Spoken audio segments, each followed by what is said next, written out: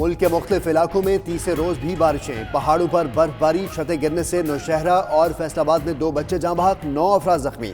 Swat, Abbott آباد، سکردو میں برف باری، آزاد کشمیر کی وادی گریس، لیپا ویلی، نیلم، جاگرا میں برف باری سے نظام زندگی مفلوج۔ لاہور، حافظ آباد، جلال پور بھٹیا میں بادل برسے، ادھر مردان کے علاقے کاٹنگ میں بارش کا پانی اسکول کے کمروں میں جمع، 500 سے زائد بچوں کو مشکلات کا سامنا۔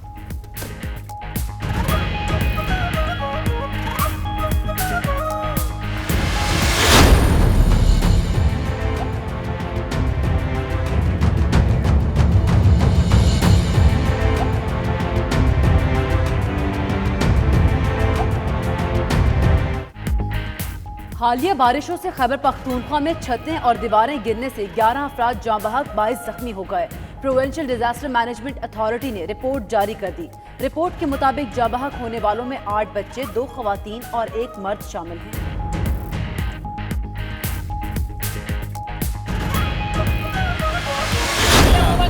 منہ بند کرو اور آنکھیں بند کر لو بیٹا، اس کو سنبھالو یار، یہ نہ جائے نہیں۔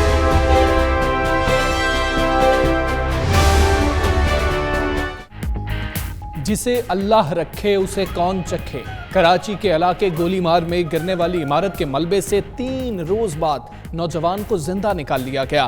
ملبے تلے مزید افراد دبے ہونے کا خدشہ، پاک فوج کے جوان اور ریسکیو ٹیمیں عمارت کا ملبہ ہٹانے میں مصروف۔ المناک واقعے میں 17 افراد جاں بحق ہوئے۔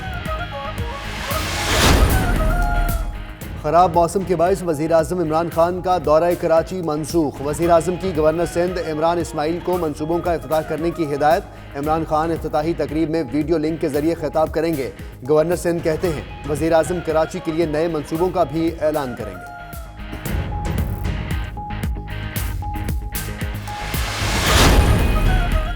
ANF نے ہزاروں لوگوں کو حراست میں رکھا، تمام کو شامل تفتیش کیا، پھر بھی مطلب کا جواب نہیں ملا۔ رانا ثناء اللہ کہتے ہیں شہباز شریف مارچ کے آخر میں واپس آئیں گے۔ تمام جماعتوں نے 2020 میں مڈ ٹرم الیکشن کی بات کی اور وہ ہوں گے۔ اعتزاز احسن بتائیں عدلیہ بحالی کے لیے مزاحمت کی سیاست کس نے کی؟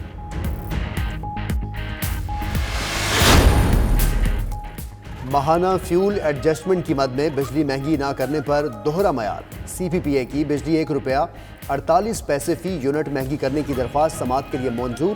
نیپرا 25 مارچ کو سماعت کرے گا۔ وزیراعظم نے جون 2020 تک بجلی کی قیمتیں برقرار رکھنے کا اعلان کیا تھا۔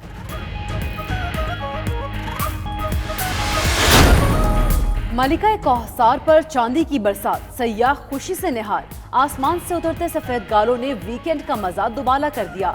مری میں شہریوں کا خوب ہلا گلا۔ برف باری اور رمجم کا سلسلہ کل تک جاری رہے گا۔ محکمہ موسمیات نے سیاحوں کو خوشخبری سنا دی۔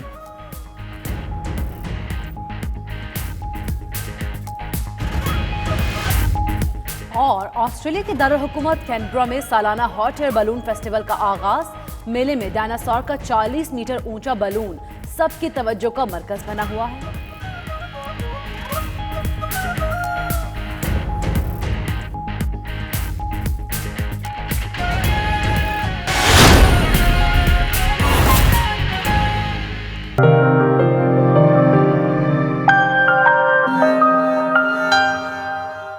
گورنر پنجاب چودھری محمد سرور نے لندن میں صحافیوں کے وفد سے ملاقات کی۔ ملاقات کے دوران ان کا کہنا تھا کہ اوورسیز پاکستانیوں کے مسائل ترجیحی بنیادوں پر حل ہو رہے ہیں۔ ملک میں امن قائم ہو چکا ہے۔ حکومت انتظامی امور پر کام کرنے میں سنجیدہ ہے۔ مزید تفصیلات غلام حسین اوان کی اس رپورٹ میں دیکھیے۔ لندن کے مقامی ہوٹل میں گورنر پنجاب چودھری محمد سرور نے صحافیوں کے ایک وفد سے خصوصی ملاقات کی، جس میں اوورسیز پاکستانیوں کے مسائل سمیت پاکستان میں سیاسی، سماجی اور معاشی صورتحال پر تبادلہ خیال کیا گیا۔ لوگوں کے پاس پانی نہیں ہے، لوگوں کے پاس بجلی نہیں ہے۔ اس موقع پر پنجاب حکومت کے ترجمان عاطف چودھری اور UK Pakistan chamber of commerce کے ڈائریکٹر عاصم یوسف بھی موجود تھے۔ چودھری محمد سرور کا کہنا تھا کہ FATF کے مسئلے پر حکومت گرے لسٹ سے نکلنے کے لیے پر امید ہے، کیونکہ اس نے تمام شرائط بھی پوری کر دی ہیں۔ ان کا مزید کہنا تھا کہ پاکستان میں کرپشن کی روک تھام کے لیے کام ہو رہا ہے، جو بھی کرپشن کرے گا اس کا احتساب لازمی ہوگا۔ ایک سوال کے جواب میں ان کا کہنا تھا کہ شریف فیملی اور نواز شریف کا کیس متعلقہ ادارے دیکھ رہے ہیں، ہماری توجہ غربت کے خاتمے میں اور تعلیم و صحت کے میدان میں نمایاں تبدیلیوں پر مرکوز ہے۔ اس موقع پر Pakistan press club UK international کے صدر شوکت ڈار اور جنرل سیکرٹری فرید قریشی نے گورنر پنجاب چودھری محمد سرور سے مختلف امور پر گفتگو کی اور دورہ پاکستان کی دعوت قبول کی۔ برمنگھم میں پیپلز پارٹی کے مرکزی سیکرٹری جنرل اور سابق چیئرمین سینٹ سید نیر بخاری کے اعزاز میں عشائیہ دیا گیا، جس میں برطانیہ بھر سے ورکرز اور سابق عہدیداران نے شرکت کی۔ اس موقع پر نیر بخاری کو اوورسیز پاکستانیوں کے درپیش مسائل سے آگاہ بھی کیا گیا۔ عابد کاظمی اور خاور راجہ کی رپورٹ دیکھیے۔ پاکستان پیپلز پارٹی کے سابق صدر اور سینئر رہنما حسن بخاری اور راجہ گل تاسب کی جانب سے پاکستان پیپلز پارٹی کے مرکزی سیکرٹری جنرل اور سابق چیئرمین سینٹ سید نیر حسین بخاری کے اعزاز میں عشائیہ دیا گیا۔ برمنگھم میں ہونے والی اس تقریب سے نیر حسین بخاری نے خطاب کرتے ہوئے کہا کہ پاکستان میں حزب اختلاف کی پارلیمانی جماعتیں حکومت اور جمہوریت کا تسلسل ڈیریل نہیں کرنا چاہتی، لیکن بڑھتی ہوئی مہنگائی اور ابتر معاشی صورتحال عوام کو سڑکوں پر نکلنے پر مجبور کر دیں گے۔ اس موقع پر راجہ گل تاسب، وقار اسلم کیانی، راجہ امجد، حاجی بشیر، خواجہ ذوالفقار اور دیگر نے نیر بخاری کو پارٹی امور سے آگاہ کیا۔ رہنماؤں نے نیر بخاری پر زور دیا کہ وہ مداخلت کر کے تمام کارکنوں کو یکجا کرنے کی کوشش کریں۔ میڈیا سے بات چیت کرتے ہوئے نیر بخاری، حسن بخاری اور آزاد کشمیر کے سابق وزیر چودھری رشید نے کہا کہ پاکستان میں عوامی حقوق اور مہنگائی کے خلاف پاکستان پیپلز پارٹی بلاول کی قیادت میں اپنا کردار ادا کرنے کے لیے تیار ہے۔ جو انہوں نے طرز عمل اختیار کیا ہوا ہے کشمیری عوام کے ساتھ، اس کی پاکستان نے ہمیشہ مذمت کی، آج پاکستان پیپلز پارٹی کی جانب سے ہم بھی مذمت کرتے ہیں، اور ہم سمجھتے ہیں کہ دنیا میں جو فورمز انٹرنیشنل فورمز ہیں ان کی آنکھیں کیوں نہیں کھلتی کہ ہیومن رائٹس وائلیشن جو مقبوضہ کشمیر میں ہو رہی ہیں، اور ہمارا مطالبہ ہے کہ انٹرنیشنل کمیونٹی جو ہے وہ اپنا اثر رسوخ استعمال کر کے جو پچھلے 8-9 ماہ سے ایک جیل کا تصویر پیش کی جا رہی ہے، اس سے لوگوں کو نجات دلوائیں اور لوگوں کو جو ہمارا بیسک مطالبہ تھا پلیبیسائٹ کا وہ کشمیری عوام کو ملنا چاہیے۔ آج جو ہمارا ملک ہے اس سے بہت بڑے چیلنجز جو ہیں ان کو درپیش ہیں، اور ان چیلنجز کو ہم سمجھتے ہیں کہ ملک کو نکالنے کے لیے ایک ہمیں سنجیدہ قیادت جو ہے پاکستان کی اس کی ضرورت ہے۔ موجودہ گورنمنٹ جو ہے اس نے، میں سمجھتا ہوں کہ بہت غلط فیصلے کیے۔ بحیثیت کشمیری ہم یہ سمجھتے ہیں کہ ذوالفقار علی بھٹو نے پاکستان پیپلز پارٹی کی بنیاد مسئلہ کشمیر پہ رکھی تھی، اور اس وقت کا یہ تقاضا ہے کہ پیپلز پارٹی یکجہتی کے ساتھ کشمیر کی آزادی کے لیے اور پاکستان کے اندر جو حالات ہیں ان کو کامیاب بنانے کے لیے اپنا کردار ادا کرے۔ اس موقع پر سابق اپوزیشن لیڈر سید خورشید کی فوری رہائی کی قرارداد بھی منظور کی گئی۔ رپورٹنگ ٹیم راجہ خاور اور عابد کاظمی، 92 نیوز برمنگھم۔ خواتین کے عالمی دن کے موقع پر پاکستان میں خواتین مارچ منعقد ہونے جا رہا ہے۔ پاکستان میں ایک مرتبہ پھر میرا جسم میری مرضی کے نعرے پر بحث جاری ہے۔ دوسری طرف اوورسیز پاکستانیوں نے خواتین کے حقوق کے حوالے سے اسلامی تعلیمات پر عمل کرنے کی ضرورت پر زور دیا ہے۔ لندن میں 92 نیوز سے گفتگو کرتے ہوئے اوورسیز پاکستانیوں نے مزید کیا کہا، آپ کو سناتے ہیں۔ The women asking for the right in Pakistan, they say it's my body, it's my rights and everything. So well, according to Islam, it's totally wrong. Yes, we have the right for a woman, and we give more right in Islam to the women. But actually, the women, they don't value themselves in Islam. They just try to go into the westernized, like try to dress like Western women and everything. But they will lead into even worse catastrophe. یہ جو پاکستان میں یہ عورتوں کا جو جلوس نکلا ہوا ہے، اس کے ہم بالکل خلاف ہیں۔ اس کو اسلام بالکل اجازت نہیں دیتا، اور جو کہانی نویس نگار خلیل الرحمان نے جو کہا تھا چینل میں، ہم اس کو سپورٹ کرتے ہیں، بالکل سے ٹھیک کہا تھا اس کے بارے میں۔ عورتوں نے کچھ نہیں سی ہونا، عورت ہوئی تو ماں ہوئی، بہن ہوئی، بیوی ہوئی، ہر چیز عورت نال ہی سمجھوتے۔ حضور صلی اللہ علیہ وسلم کے بارے میں بات ہو رہی ہے کہ حضور صلی اللہ علیہ وسلم نے بہت سارے مواقع فراہم کیے عورت کے حوالے سے، تو ان کے حقوق بہت زیادہ بحال ہوئے ماشاءاللہ۔ تو الحمدللہ رب العالمین کہ ہم مسلمانوں کو یہ بہت بڑی فضیلت حاصل ہوئی۔ نبی کریم صلی اللہ علیہ وسلم نے بہت کچھ فرمایا جو آج سے 1400 سال پہلے فرما دیا، تو انشاءاللہ اس پہ فالو کریں اور عورت کے حقوق کو بحال کریں انشاءاللہ۔ اسلام میں یہ چیزیں جائز نہیں ہے۔ اسلام جو ہے تو حضور صلی اللہ علیہ وسلم نے ہمیں عورتوں کے لیے جو حقوق دیے ہیں اسی کے حساب سے ہمیں زندگی گزارنی چاہیے۔ قرآن میں جو لکھا ہوا ہے اسی کے حساب سے ہمیں دین اور دین پہ چلنا چاہیے کہ یہ حقوق جو ہے وہ سب کو ملنے چاہیے۔ یہ یہاں پہ ہمیں حقوق ملے ہوئے ہیں، سب عورتوں مردوں کو حقوق ملے ہوئے ہیں، تو پھر پاکستان میں کیا فرق پڑتا ہے اگر ان کو سب عورتوں کو حقوق دیے جائے۔ یہ امریکہ کی کوئی لابی ہے جو اسلام کو ماڈرنائز کرنا چاہتے ہیں۔ نیدرلینڈ کے شہر دی ہیگ کی فضا بھارت مخالف نعروں سے گونج اٹھی۔ بھارتی مسلمانوں پر ظلم و ستم کے خلاف درجنوں افراد نے بھارتی سفارتخانے کے باہر مظاہرہ کیا، جس میں بھارتی شہریوں کے ساتھ ساتھ یورپی طلبہ بھی شریک ہوئے۔ اس پر رپورٹ کر رہے ہیں ڈاکٹر محمد کامران۔ اور مودی شاہ سے آزادی، اور مودی شاہ سے آزادی، اور سنگواد سے آزادی، تو زور سے بولو آزادی، چلا کر بولو آزادی۔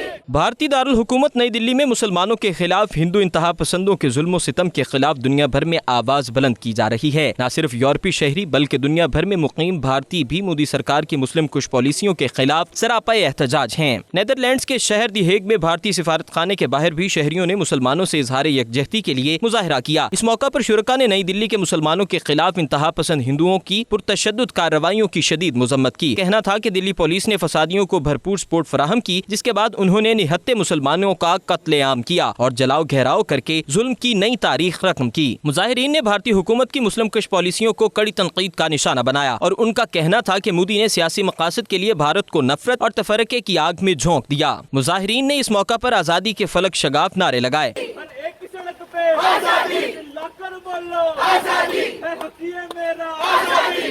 دلی پولیس اور بھارتی وزیر اعظم کے خلاف بھی نعرے سنائی دیتے رہے۔ دلی پولیس پہ ہلہ بول، مودی شاہ پہ ہلہ بول، مودی شاہ پہ ہلہ بول۔ The 10th time we are protesting in Netherlands, and this is a pan-Netherlands protest which is in solidarity with the other groups in Europe and other groups in and the people in India who are protesting against the Modi government's policies. I am here in front of the Indian embassy with everybody else to protest the communal violence that has been going on in Delhi for the past days and probably will go on if something isn't done. Basically, there has been immense violence. Dozens of people have died. Many more are dying. Many more are injured because of communal violence that is fueled by hatred. I learned in high school that I learned about Gandhi and I learned about democracy in India. But since I learned about what's actually happening in India, I don't find any kind of democracy. Past, I think 6 years now, we've just had a lot of hate and a lot of divisive politics that have been happening in India, and I guess that's why we're here. I'm really shocked by what is happening in Delhi right now and actually all over India. It really shocks me a lot. Muslims, they are important for Indian culture. Islam is important for India.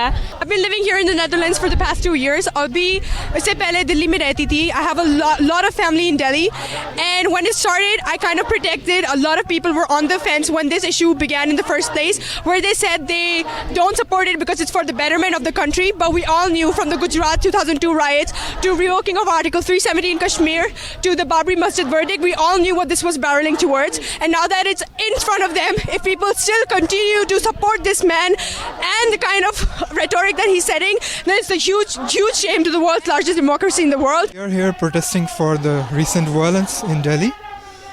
We have seen that hate mongering has taken its shape, and it's really concerning for all of us because we live here abroad and our country is going through such a painful time.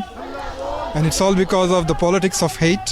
This is to express deep concern and sadness what has happened in Delhi. It's very unfortunate, and there's been a complete lack of system. In fact, it's been initiated by the government. مظاہرے کے شرکاء کا کہنا تھا کہ بھارت پر کسی ایک مذہب یا نسل کا نہیں، تمام مذہب سے تعلق رکھنے والے افراد کا برابر حق ہے۔ مظاہرین نے بھارتی وزیر اعظم کی پالیسیز کو شدید تنقید کا نشانہ بناتے ہوئے متنازع قوانین کو واپس لینے کا مطالبہ کیا۔ بنگلہ دیش میں تبلیغ قرآن و سنت کی عالمگیر تحریک دعوت اسلامی کا 3 روزہ سنتوں بھرا اجتماع ہوا، جس میں 2 لاکھ سے زائد افراد نے شرکت کی اور دین کا علم حاصل کیا۔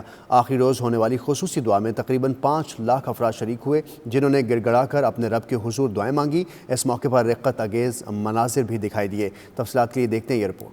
مولایا صلی وسلم دائما ابدا علی حبیبک خیر الخلق کلہم۔